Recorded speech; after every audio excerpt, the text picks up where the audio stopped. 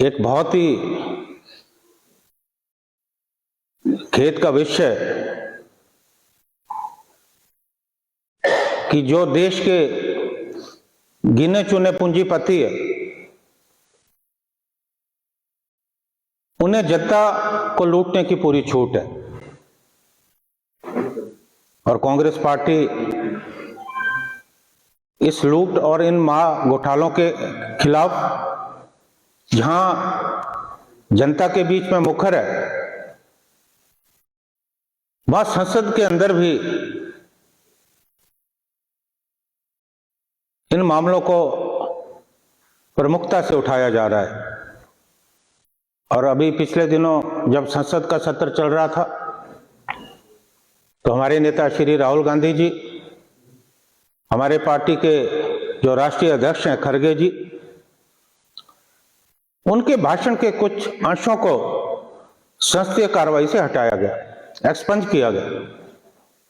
अब हैरानी की बात है, अगर राहुल गांधी जी जांच शब्द का उपयोग करते हैं, राहुल गांधी जी लूट शब्द का उपयोग करते हैं, तो ये असंसदीय भाषा नहीं। लेकिन उसके बावजूद भी उनके जो रिमार्क्स हैं, उन्हें संसद की कार्रवाई से हटा दिया। और जबकि दूसरी तरफ तो बोलने की पूरी आजादी। नेहरू जी पे खुल के बोले। प्रधानमंत्री जी ने अपने भाषण में कहा कि राहुल गांधी जी नेहरू गांधी जी का जो सरनेम, नेहरू का सरनेम था, उसका उपयोग क्यों नहीं करते। जहां तो ये एक ऐसे बड़े नेता जिनका इस देश के स्वतंत्रता संग्राम में बहुत बड़ा योगदान रहा, लगातार 12 वर्षों तक जेल में रहे, और उसके बाद आज हम देश को जिस मुकाम पे देख रहे हैं, जो बुनियादी ढांचा बनाया, वो सोच पंडित नेहरू की थी। आज अफसोस है कि दोहरे मापदंड है।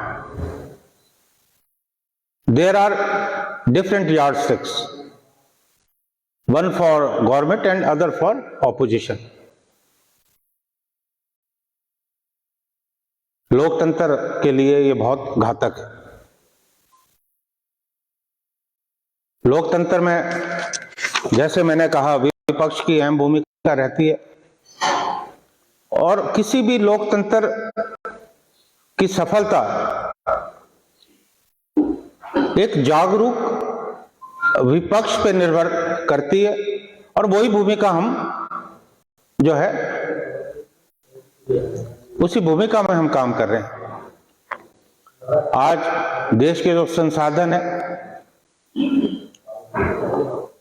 उनका दुरुपयोग हो रहा है, भ्रष्टाचार चरम सीमा पे। और हैरानी की बात है कि जब कोई सरकार के खिलाफ आवाज उठाता है, उल्टा उससे प्रश्न पूछे जाते हैं। लोकतंत्र में प्रश्न पूछने का हक विपक्ष को होता है, और पहली बार हमने लोकतंत्र में देखा है कि प्रश्न विपक्ष से पूछे जाते हैं। और अभी संसद में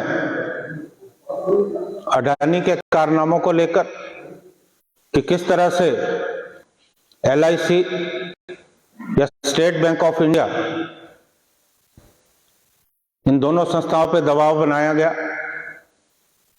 कि वो अडानी की मदद करें। और जब घोटाला सामने आया,